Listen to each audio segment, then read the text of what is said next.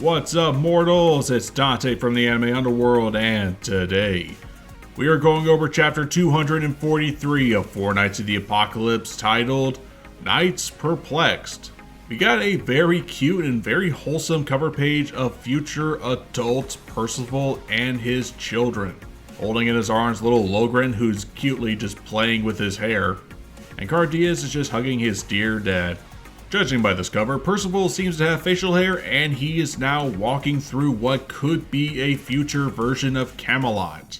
Now that Percival figured out that he's fighting his own children from the future, how are the other four knights going to figure it out and react? Well, let's get into it. We begin chapter 243 where we left off with Tristan and his son Yayse, who is not doing too well, taking a powerful punch from demon-marked Tristan and headed straight into the ground. Yayse lies on the ground, his back probably broken, and the earth underneath him shattered as he looks up to see Tristan Leonis with his demon clan mark and also with goddess clan wings, which was something I kind of forgot to touch upon last chapter, I'm sorry, but it shows that Tristan is starting to balance out both his light and dark elements. The Nephilim Prince has just about had it with this fight, telling Yayse, "Can you stop making up excuses to pick a fight with me? Don't expect any mercy if you insist on keeping this up." Tristan Leonis lands and his wings disappear, while Yayse is left in utter shock and disbelief. "It has to be you. The mark on your forehead. It's a true dark force." The Grail Knight gets up, bruised and bloodied, his attire torn to shreds. As he explains to Tristan, "You showed it to me just once, after I kept begging you to." He then looks to Tristan, who is very confused, and tells him, "Even now, it's etched deep into my skull." And in the next panel, he figures out exactly who he's fighting for. With tears in his eyes, he cries, It's really you. You really are Tristan." And then hugs Tristan, calling him father. And Tristan wondering what the heck is going on here. I don't know, if you were to compare Yayse and Tristan side by side, would you really believe that these two were actually father and son? They look more like brothers rather than father and son. He actually looks like he's a rejected Tristan design. Sadly, their little future son past father moment is interrupted by two bolts of lightning exploding in the sky. Remember, there are still other knights who are battling their future children, and we cut to Gawain, who is dodging bolts of lightning from her future daughter Llywarch. She flies through the air and prepares an incantation. At least she was going to, until Llywarch interrupted her incantation and attacked first. The long-armed and masked mage of the Grail Knights attempted to attack Gawain, but the Knight of Famine dodged just in time, much to her anger, insulting if not threatening Gawain. "Can you just die already? This mask has a strict time limit, you know." Oh, she knows, and she's not ready to give up yet as she charges ahead of Llywarch in her full buff form. Gawain was finally close enough to deliver a powerful punch to Llywarch. At least, that's what she was hoping for. Her opponent was able to dodge, disappearing with the wind and reappearing right before her, avoiding any damage. But how was she able to do so? Well, Llywarch explains to Gawain and us that the mask isn't the only magical item she has on hand. On her arm, she wields Wind Demon Arms. "You might have the power to pulverize me, but it means little when my gauntlets allow me to go as fast as the wind." However, Gawain is not amused. She is rather annoyed. More of that annoying magic junk. Llywarch touches the masks and informs Gawain, "I'll have you know, my mother gave me these out of love, so I'd be protected. And you call it junk? You will pay for that." Rather than mocking her, Gawain thinks that it's really sweet, even cracking a smile. "You got a good mom. Let me apologize for calling that junk then. I'm sorry. However, their fight is not over. Gawain clenches her fists and says, "But my name as Gawain of Four Knights of the Apocalypse, I am not going to lose to you," and charges forward, hoping to land another hit, but Llywarch is prepared, warning her, "I keep telling you, those thick muscles of yours will never catch with me, you faker girl," as she easily dodges Gawain's attack like the wind she is. Or so she thought, because Gawain managed to land a hit on Llywarch from behind, much to the masked mage's horror, as Gawain's body actually begins to transform. If firm, solid muscle isn't enough to catch you, I'll just switch to lithe, supple muscle for more responsiveness. Gawain is no longer in her buff form, nor is she back to her chibi childish form, and this scares the absolute shit out of Llywarch, as the Knight of Famine relentlessly swats and attacks Llywarch with everything that she has with rapid speed, and continues to cast an incantation, all leading up to this. With her final impact on Llywarch, Gawain sends her future daughter flying out of the air and straight to a nearby ground after a massive explosion knocked her out of the air.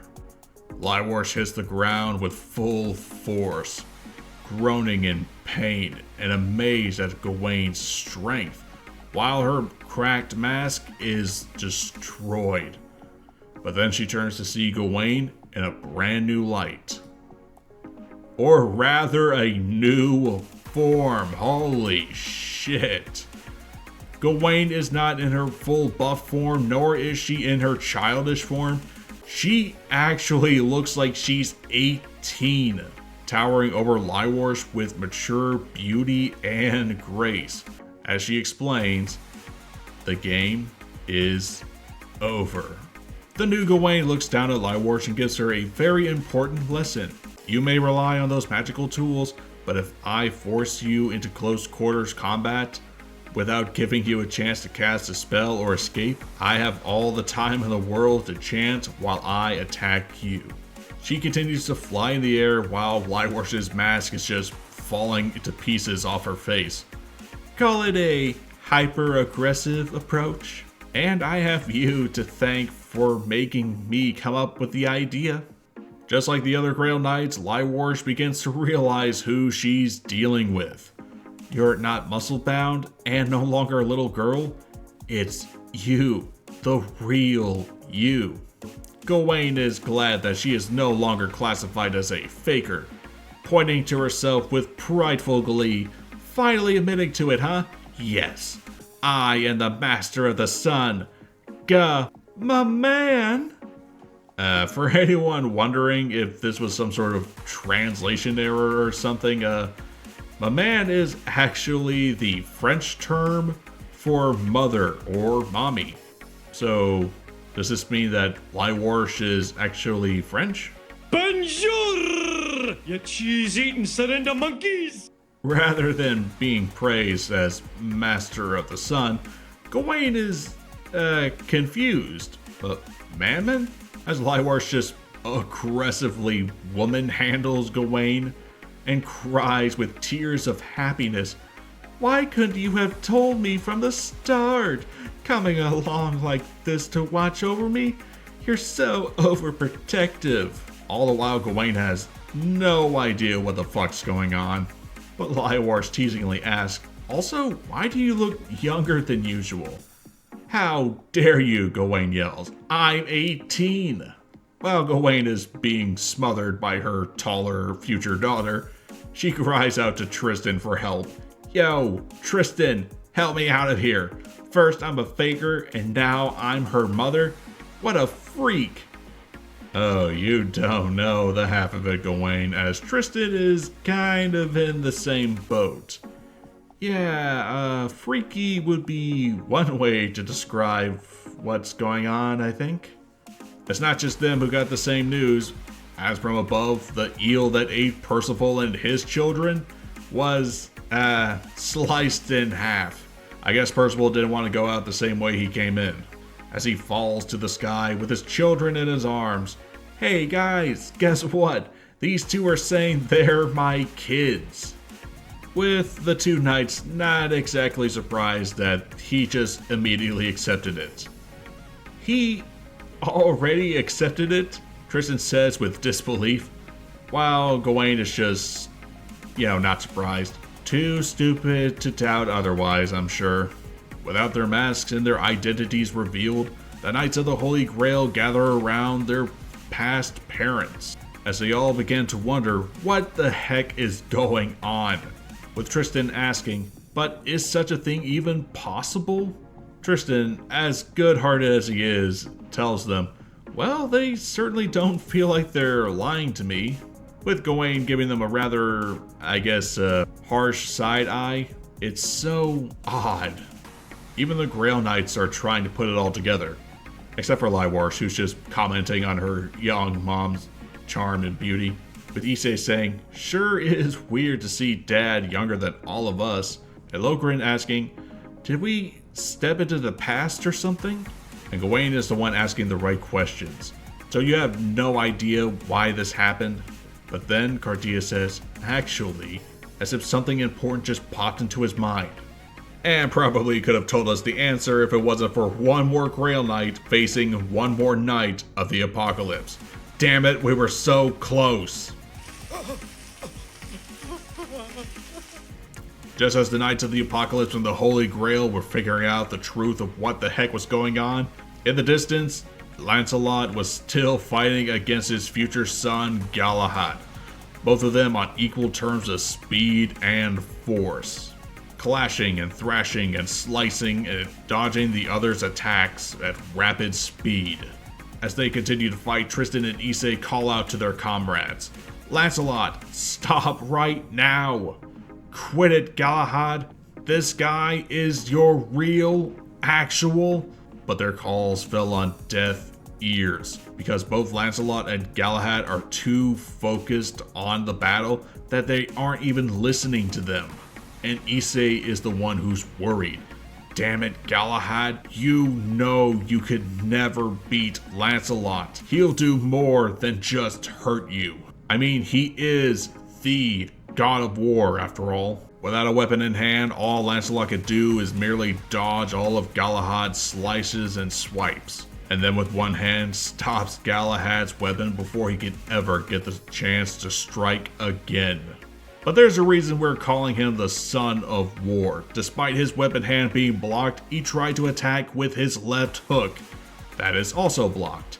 Even if he's not fighting with his hands, Galahad fights with his own feet, attempting to knock Lancelot's head clean off. But rather than retaliating with his own feet, Lancelot decided to take on a more heads-on approach, with his forehead colliding with what was left of Galahad's mask, finally landing a blow on his own son. Even after being headbutted by Lancelot, Galahad is not over. Getting back on his feet and annoyingly proclaims, guess I gotta use it. Lancelot landed a hit on Galahad, and so Galahad returned in kind. The Son of War stabs his past father with a move called Dark Penetrate, sending his short but effective weapon deep into Lancelot with no mercy, after finally finding an opening to impale him. That's what she said. And so we end chapter 243 with everyone in complete horror. Lancelot's body falls off the edge of the cliffside, and everyone couldn't believe that Lancelot, the god of war, was defeated. And his son looked down upon his falling body, telling him, see, he was a faker all along. Oh boy, Galahad, you better hope that Lancelot is still alive, because we're sending you back to the future! If you love 7 Deadly Sins and 4 Nights of the Apocalypse material, hit that like button. Subscribe to the channel for more content coming your way in the near future. and stick around for more coming your way very soon.